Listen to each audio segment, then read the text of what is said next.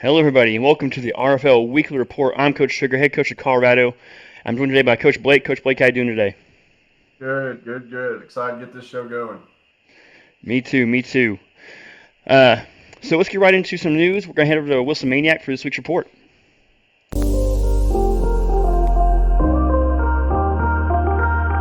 In RFL news, we have a whole bunch of information to go over real quick.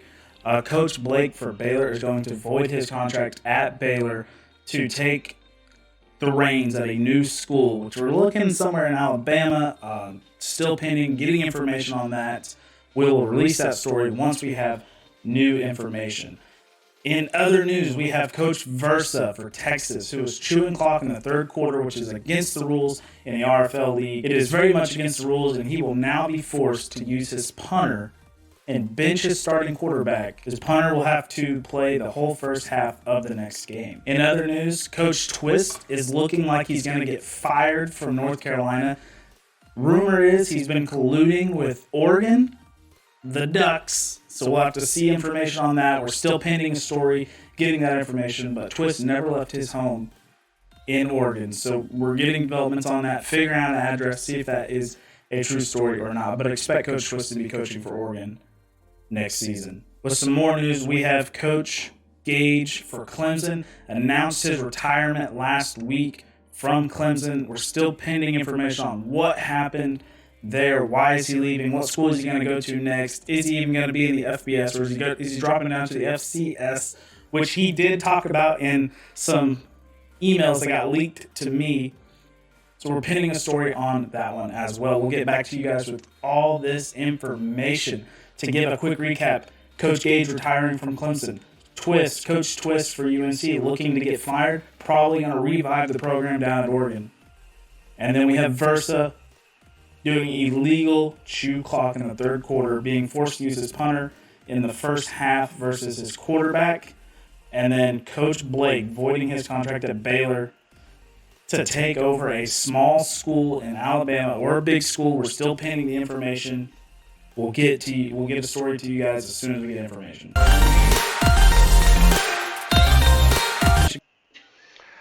That is RFL Insider Wilson Maniac. Wilson, thanks for that. Much appreciated. So it's week 3. Obviously, this week we'll play 2 games a week. Here's game 1 scores. Blake, want to go over these and tell us what you think about them? Yeah, I mean, it was a very exciting week to say the most. Coach Gerald coming out of a nail biter against BT and Kansas State.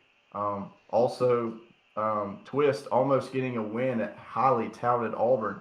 Um, Obviously, Coach Blake, myself, came out with a win much needed against Florida. And also a game that was intriguing was Hawk and Howell, two very highly ranked teams in our league, two guys brand new to the league.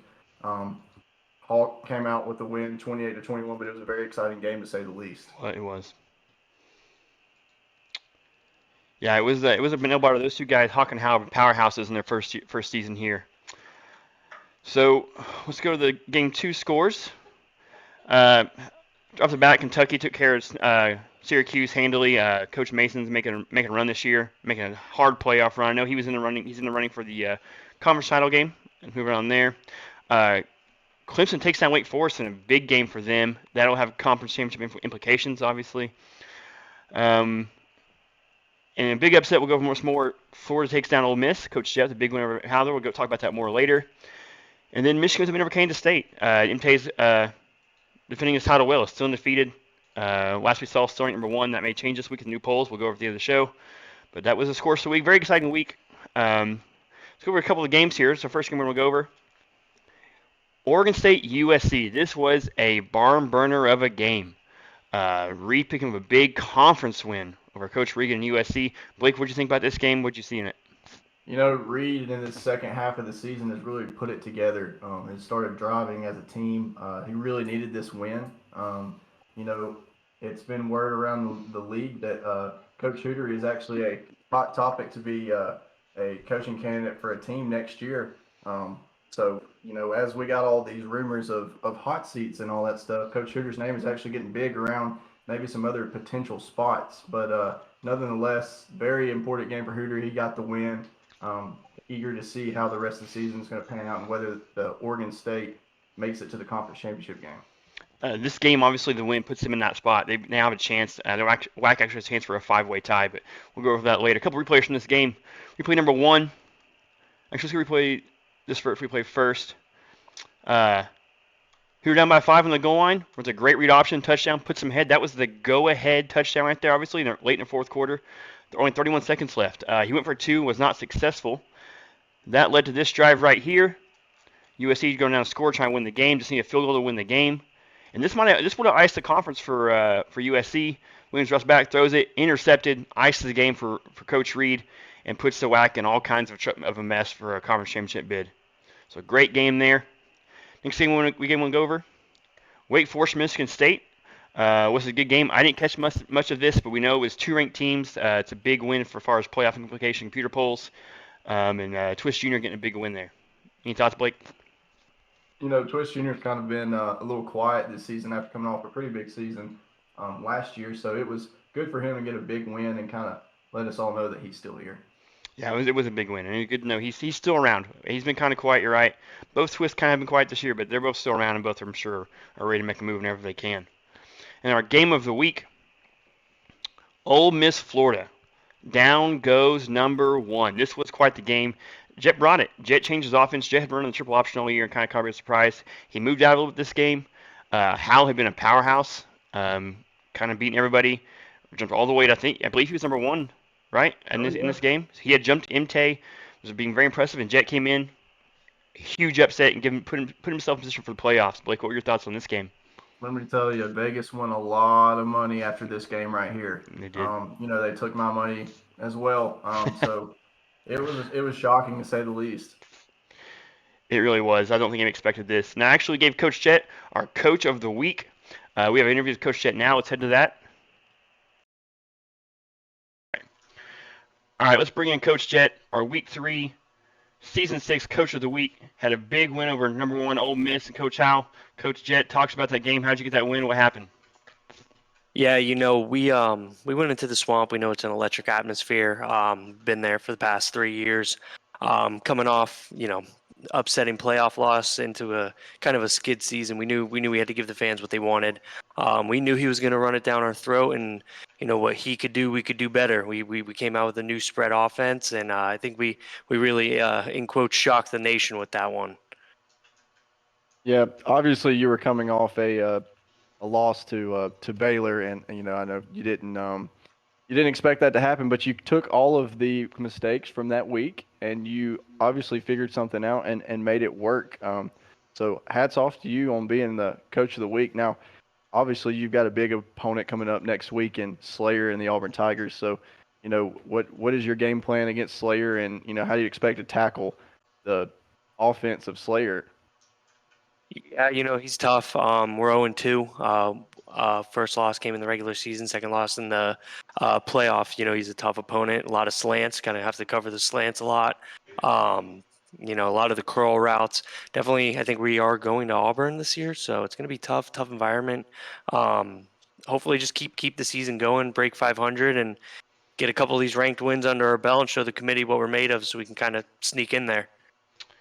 Yeah, so Slayer has been known to get some interceptions and turnovers. How do you plan to get past his defense and keep the ball in your own hands and stop from turning the ball over? Run the damn rock. I like it. So kind of changing gears a little bit. Speaking of the committee, how do you think the rest of the season can play out? You think you got a playoff spot locked up? You think we're going to do a little more work? A win over number 1's big. How do you think the rest of the season is going to play out for you? Yeah, we kind of shot ourselves in the foot in this start the season off. Definitely high expectations to make it back, and starting back here, I believe we're 2-4. We got 2 good opponents in Slayer and Hooter up next, and finish at 4-4. And Slayer's a top dog, man. That's two what I think would be top 8 wins. One being number 1, another being number 8. I mean, we plead a good case. There's really no one else is going to put in. We're solidified. We've been there before. We're ready to run it back. So if we get the opportunity, we just got to take care of business in the regular season first. So, Coach Jet, there's obviously some noise around the league that you're changing the game plan and changing the style of the offense on this second half of the season. Do you have any word on that? Yeah, so it's no secret. I show my cards. Triple option, which kind of took everyone by surprise last year. Kind of getting figured out. We want to switch it up, give it a new look. We trust AR, we trust Lingard. They're our guys, and definitely think they can get us over this slump we're in. I like it. Obviously, the change worked. Whenever Coach Howe, number one on Miss, was big time. So kind of changing gears a little bit. Jet, what do you like to do in your off time, off season, off field? What do you like to do as a hobby? What's fun for Coach Jet? What's fun? We hang out with the dog, play with the dog, race my motorcycle, and play in flag football Monday nights. I'm the QB, Nice. What kind of dog you got? golden Golden retriever. Retriever. You got a Let's see picture? if there she Oh, there look she at her. is. Look at her. Gorgeous dog. Gorgeous dog. All right, Blake, you got anything else for Coach Jet? I think that's it. All I want to say is congrats to our first ever RFL Team of the Week, Coach of the Week. Looking forward to see how you finish out the rest of the season, Coach Jet. Yeah, thank you, boys. Just for the rest of the season, get your popcorn ready. We'll do. Thanks, Coach. Thank you, Thanks, guys. Jet. Thanks for that, Coach Jet. Much appreciate our Coach of the Week. Now we got a big week coming up, week 4. We've got conference championships on the line for every conference. We're gonna go ahead and go over all those right now. Blake, if you want to talk about the WAC first, we'll see what the WAC's up to. Yeah, so looking at the WAC, we already have one team that's clinched, and that is Gerald in Oklahoma. We really have a very weird situation in the WAC right now. Obviously, with the USC with a win and an Oregon State loss, that would have guaranteed them in. We'll see how that goes. Oregon State needs a win and a Colorado loss. But Oregon State, actually speaking to them, has a very good conference point differential, which could come into play, as this unfolds. Yes. And Baylor and myself, I need a win over USC and Oregon State and Colorado to lose, and really needing Oregon State to lose by a very good bit against Oklahoma in his upcoming matchup. But Washington, didn't really look like they were going to compete. But, they kind of came back a little bit. But with a win in Oregon State and USC losing and having a good point differential, they have a chance. Same with Coach Trigger at Colorado, with a win and USC losing, Oregon State losing, and USC losing. The point differential comes into play again, and, Colorado could shoot the moon and be in. So a lot could happen in the WAC. Yeah, really cool. What's interesting about this conference is that like everybody's still in it, and like nobody's winning in, nobody's losing out. Well, that's not true. So pretty much everybody has a chance no matter what they do. Like if Colorado loses, if I lose against Washington, I can still have a chance. You and Washington are in a position where if you lose, you are eliminated. If everybody else like lose, and you still have a chance. So like, but nobody can be win and be in. It's a crazy scenario, and the point differential. It's important to point out. Oregon State's point differential. They have not played OU, who has been crushing everybody. OU has brought everybody's point differential down quite a bit. So that's the big one there. So the WAC's a big mess. Let's move on to the GCC. GCC, again, what's going on? Texas is clinched. This conference is more clear. Texas is clinched and in. What we're waiting on here is Ole Miss just needs to win. That's right. This conference had a team forfeit. Ole Miss is winning in. So if they win, they're in. If they lose, they need some help on point differential. But they are up by quite a bit. They're up by, what was that, 31 over Auburn is the next closest one. So they've got quite a cushion here. I would expect Ole Miss to make it here. Auburn needs to win and Ole Miss to lose. They're playing Florida. They're playing Jet. And then Florida needs to win and Ole Miss lose as well and have best point differential. And then Tennessee needs to win and Ole Miss loss and best point differential. So again, so basically all comes down to Ole Miss. Ole Miss wins, it's over. If Ole Miss loses a close one, it's probably still over. They need a huge loss here. So GC is a little more clear cuts in the WAC. So let's go over the EAC. Blake, what do you see here? So in the EAC, we have Coach Hawk already with the clinch. He has performed great this year as his first season. Powerhouse. Looking at Kentucky, oh, absolutely. Looking at Kentucky, all he needs is a win against Hawk. Hawk himself, and then he would be in. But obviously that may not be the case. So looking here, I think we have. Let's see. Ooh. So with a loss and Wake Forest loss, or a loss and Wake Forest and Clemson losing, it would come down to conference point differential for him. Yes. Looking at Clemson, Clemson needs a win and a Wake Forest win. No, wait a minute. let's see, he needs a win. Yes, Would it win be and would it Wake be a Forest to Wake win, Forest win? Yeah, and and has to have best best PD. This all comes down to tiebreakers and other head-to-head stuff. It was quite a mess to get through. But if he does lose, he is eliminated. Looking at Wake Forest, he needs a win, Clemson to win, and then it would come down to a conference point differential as well. But with a loss, he's eliminated. And then, Syracuse is eliminated. And, a big shocker to us all, Coach Twist Yeah, this yeah, year. yeah. Huge He's shock. he's eliminated from conference championship play, and we really don't know what's going on. And I know Wilson covered a little bit about some rumors.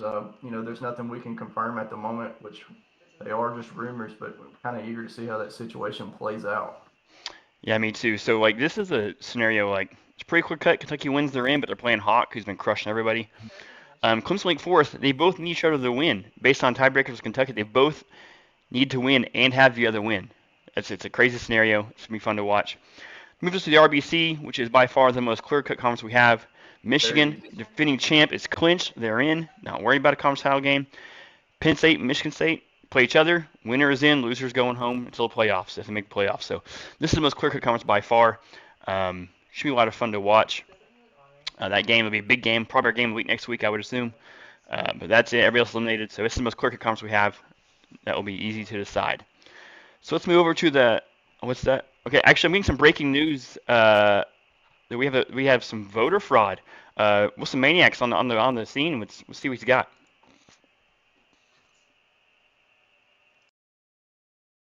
All right, RFL Insider here. We have breaking news. There's been voter fraud. Somebody voted in the place of Trigger, the head coach at Colorado. An investigation is currently pending. We have no inside news as we're trying to get the information from inside sources. We're reaching out to Colorado. We're reaching out to other schools. We're reaching out to the committee to try to get answers. We will stay tuned with this news and give it a story as soon as we get a development. Wow. So voter fraud, involving me. I guess that's why my phone's ringing off the hook. I must be Wilson Maniac right there trying to figure out what's going on. I don't know what's going on. I know Gerald asked me about voting. I haven't voted yet. And apparently somebody voted for me, so hopefully that gets all sorted out and figure out who the perpetrator was. Speaking of that, I've been hearing rumors that there's been teams thrown in, as in Coach Twist, in the top 12. With no resume whatsoever. So this seems like a situation for the commissioner. Gage will definitely be paging him, getting his thoughts on this. For sure. This definitely is something that needs to get under control. I agree. Well, I'll try to put that distraction aside and continue the show. But let's go over the polls real quick. The new polls for week 3. NC State number 1, no shocker there, I don't think. Hoxie's been killing it. Hawkeyes, I keep going Hoxie. Hawkeyes has been killing it all year. He's been crushing people. Newcomer, powerhouse. I don't know if I agree in Michigan. You're a champ until you're not, right? That's kind of my thought on it. Any surprises you see here? Anything that sticks out to you there, Blake?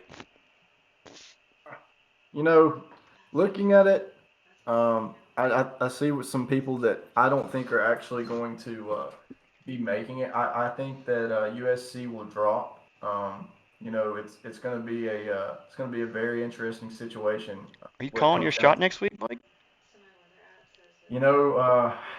It's definitely a very slim chance, but we are definitely going to give it all we can. Any words be twisted there? Yeah, I mean, looking at 11 and 12, you've got myself, you've got Oregon State, and possibly Syracuse. Could sneak into that 12 spot. I think our 10 probably locked in. Looking at it, don't you think? I could agree. I think the top 10 probably pretty locked in. Yep. But looking at, I think, I don't know. Michigan State is another one. I think they've had a great season, but they've also had a tough schedule. So, some of these guys that are in the 9 to 10, I think possibly could, still stick in there even with a loss because of their strength of schedule. So it's going to be, kind of. It'll be interesting for sure. USC, Florida, Syracuse, Oregon State, and KSU tied there are on the bubble. They need big wins this week. They can't have any mistakes. Got to get some wins and jump up in the polls. It's the last week to do it, so it'll be interesting. Right. All right, with that being said, that's going to do it for us today. I'm Coach Trigger, guys. Thanks for stopping by. Blake, anything else to say? That'd be it. All right, guys. Don't forget, we have the Tulsa Land coming up for College Revamped League, RFL League. $50 per player, $1,000 prize pools take place in Tulsa, Oklahoma, July 15th to the 16th, 2023. Group play and bracket play will be a lot of fun. Most of the guys will be there, meet all the players, all the coaches. Hey, maybe join the league. It'll be a good time. All right, guys. Till next time. Peace.